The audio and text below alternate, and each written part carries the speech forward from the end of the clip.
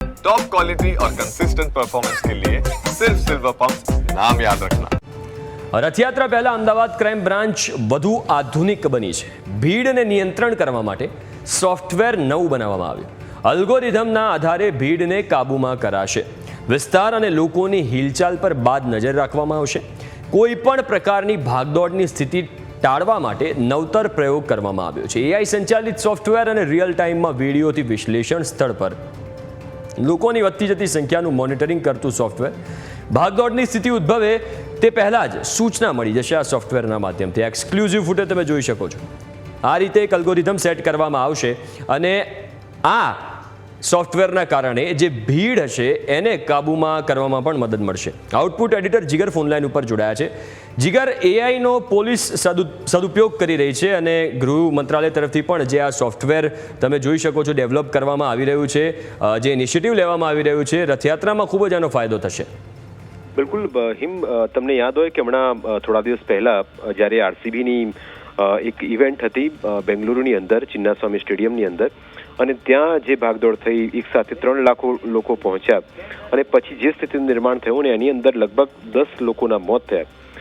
એ સ્થિતિ અને એની સાથે આપણે આ ઘટનાને પણ સાંકળીએ તો હવે એક આધુનિક એક આખો પ્રયત્ન અને અમદાવાદ ક્રાઇમ બ્રાન્ચનું આ એક એ પ્રકારનું પગલું કે જેનાથી ક્રાઉડ કંટ્રોલની જ્યારે વાત હોય, ભીડને નિયંત્રણ કરવાની વાત હોય, એ દિશામાં એક સૌથી મોટું આખું પગલું છે. કેવી રીતે આખું સોફ્ટવેર કામ કરે એ પણ આપણે જોઈશું, પણ એ સાથે એ સમજવાનો પ્રયત્ન કરીએ હિમ કે તમે જુઓ, ડોનાલ્ડ ટ્રમ્પ આવ્યા અને એમનો જે ભવ્ય રોડ શો હતો અમદાવાદની અંદર, એની એ આવ્યા ત્યારે પણ મોટી સંખ્યામાં લોકો એ સ્થળે ઉપસ્થિત હતા અને મોટી સંખ્યાની લોકો જે આવ્યા હતા એમને નિયંત્રણ કરવાની જવાબદારી પણ અમદાવાદ ક્રાઇમ બ્રાન્ચની હતી. એટલું જ નહીં, શી જિનપિંગ આવ્યા, એમના જ્યારે ભારત પ્રવાસ હતો અમદાવાદમાં તે આવ્યા અને એ સમય દરમિયાન પણ જ્યારે ભીડને કંટ્રોલમાં કરવાની વાત હતી ત્યારે પણ અમદાવાદ ક્રાઇમ બ્રાન્ચની સરાહનીય કામગીરી હતી. બીજું કે શિંજે આવ્યા ત્યારે પણ જ્યારે રોડ શોની વાત હોય, બીજા અનેક એવા કાર્યક્રમો હોય અને એની અંદર જ્યારે આટલી મોટી કોઈ વ્યક્તિ આવતી હોય ને એ નિયંત્રણ કરવાની જવાબદારી પણ અમદાવાદ ક્રાઇમ બ્રાન્ચની હતી. અને એ તમામ આટલા જેટલા પણ રોડ શો થયા, જેટલી પણ કાર્યક્રમો થયા, જેટલી પણ આ પ્રકારની મોટી હસ્તીઓ અમદાવાદની ધરતી પર આવી અને અમદાવાદની અંદર વિશાળ રોડ શો થયા અને એ ભીડને કંટ્રોલ કરવાની એક જે માસ્ટરી તમે કહી શકો એ અમદાવાદ ક્રાઇમ બ્રાન્ચ પાસે છે. એટલું જ નહીં, તમને યાદ હોય કે હમણાં કોલ્ડ પ્લેના 2 મોટા આયોજન થયા, બેક ટુ બેક કાર્યક્રમ હતા. અમદાવાદનું નરેન્દ્ર મોદી સ્ટેડિયમ હતું અને એ સ્ટેડિયમની અંદર ભીડને કંટ્રોલ કરવાની જવાબદારી પણ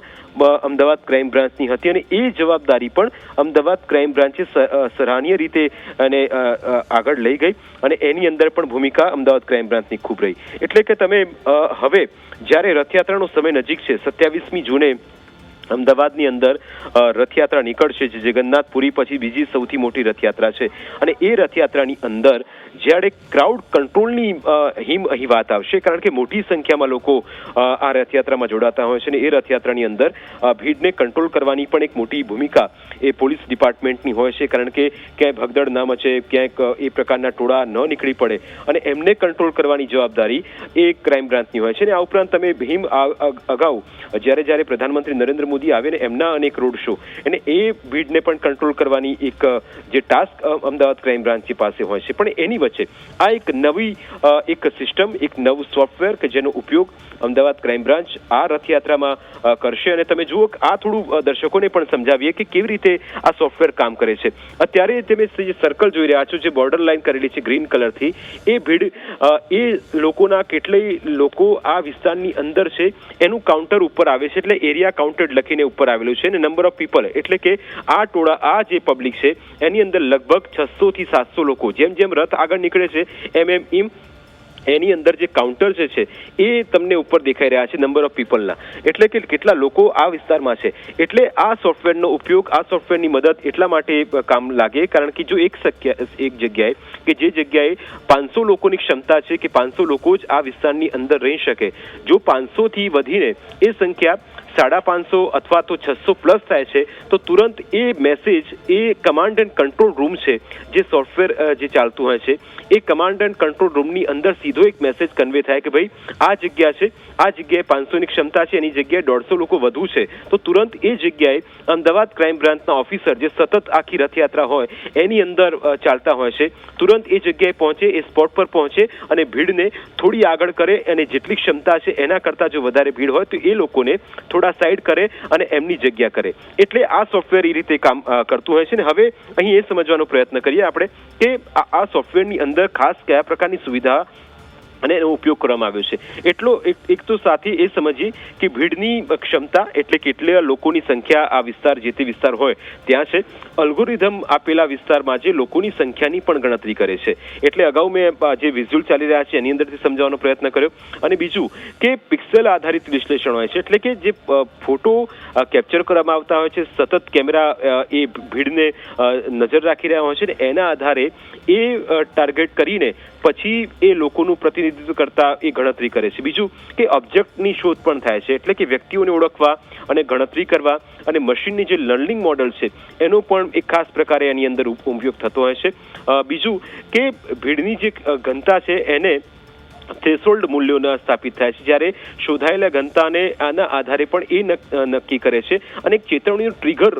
અહીં કહી શકાય એ પ્રકારની એક ટ્રિગર આવે અને એક મેસેજ આવે કે ભાઈ ભીડ વધી રહી છે, તુરંત જ એ જગ્યાએ પોલીસની ટીમ પહોંચે અને તુરંત ભીડને ત્યાંથી હટાવે છે. બીજું કે અધિકારીઓને ચેતવણી આપવામાં આવે છે કે સંભવિત એટલે કે જો સ્થિતિ વધારે વણસે અને લોકોના ટોળા વધી જાય છે અને ત્યાં જોખમ એવું રહે છે કે ભાગદોડ થશે તો એ જોખમને શોધી કાઢ્યા પછી સિસ્ટમ જે છે એ એલઈડી ડિસ્પ્લે પર એનો એક મેસેજ આવે, એક જીએસએમ સંદેશાઓ અથવા અન્ય સંચાર ચેનલોના માધ્યમથી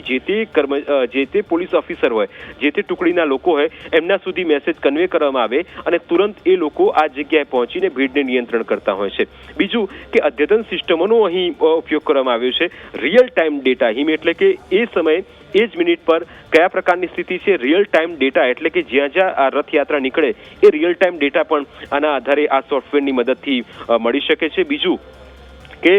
જેટલા પણ સંભવિત જેટલી અવરોધો છે અથવા તો કોઈ એ પ્રકારની અડચણો છે એની પણ વિગતો આ સોફ્ટવેરના માધ્યમથી મળી શકે છે. બીજું કે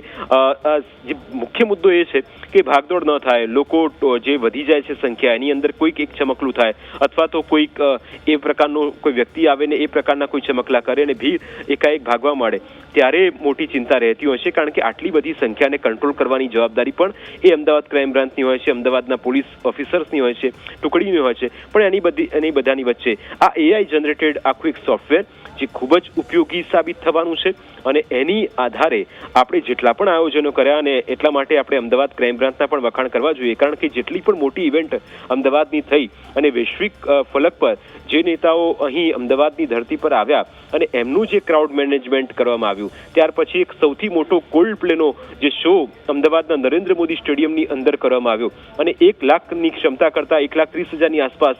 સ્ટેડિયમની ક્ષમતા છે, એની કરતાં પણ એ ક્રાઉડને કંટ્રોલ કરવાની જવાબદારી જે રીતે નિભાવવામાં આવી. આ ઉપરાંત નરેન્દ્ર મોદીના જેટલા પણ રોડ શો અમદાવાદની અંદર થતા હોય છે એ ભીડને કંટ્રોલ કરવાની સાથે સાથે હવે આ સોફ્ટવેર એક ઓપ્ટિમાઇઝ જે સંસાધન ફાળવણી કરવામાં આવી છે અને જે ગીચતાવાળા એટલે કે ભીડવાળા જેટલા પણ વિસ્તારો છે ત્યાં સુરક્ષા કર્મચારીઓ અને આ સંસાધનોની વધુ સારી રીતે જમાવટ એટલે કે એનો ઉપયોગ કરવામાં આવશે. બીજું કે ચોક્કસ કેટલાક પડકારો હોય છે પણ એની વચ્ચે આ એઆઈ અલ્ગોરિધમ હજુ પણ આવા સ્થિતિ છે તેને પહોંચી વળવા માટે ખૂબ જ હિતકારી સાબિત થશે. સાથે સાથે ડેટા મળી રહે છે, સીસીટીવી આની અંદર જેટલા પણ કેપ્ચર થતા હોય છે એટલે ક્યારેક કોઈ પાકીટમાં તમને યાદ હોય કે શોધવામાં પણ એ સફળતા મળતી હોય કે કોઈના મોબાઈલ ચોરાઈ ગયા, કોઈ અજાણ્યા વ્યક્તિઓ આવ્યા અને કોઈના પર્સ કે પોકેટ ચોરીને જતા રહ્યા, તો એ કિસ્સાઓમાં પણ આ સીસીટીવી ફૂટેજ અને એની અંદર જેટલા પણ વિઝ્યુઅલ કેપ્ચર થયા હોય છે, કારણ કે તમે આના પરથી સમજી શકાય કે હજુ આ રિયલ એની એક મુવમેન્ટ છે એનું એક સ્ક્રીનશોટ અને એની એક તસવીર છે તમે ઝૂમ પણ કરી શકે છે આ સોફ્ટવેર અને એની સાથે સાથે એની અંદરથી વધારે વિગતો પણ મળી શકે છે. એટલે ખૂબ જ એક ઉપયોગી અને અમદાવાદ ક્રાઇમ બ્રાન્ચનું એક આધુનિક સંસ્કરણ અને જે આગામી દિવસોમાં વધુ કામ લાગશે. મને લાગે છે કે આ મોડેલ દેશના અન્ય રાજ્યોની અંદર જે ક્રાઉડ મેનેજમેન્ટની વાત આવતી હોય ત્યાં ક્યાંક થાપ ખાઈ જતા હોય છે. જેમ બેંગલુરુની ઘટના, ચિન્નાસ્વામી સ્ટેડિયમની ઘટના આપણે જોઈ, એ થાપ ખાવાની જે ઘટના છે, કદાચ આ મોડેલ આવનારા સમયમાં આપણને દેશના અન્ય રાજ્યોમાં જોવા મળે હિમ તો પણ નવાઈ નહીં. બિલકુલ, આભાર જીગર વિગતો આપવા માટે. તો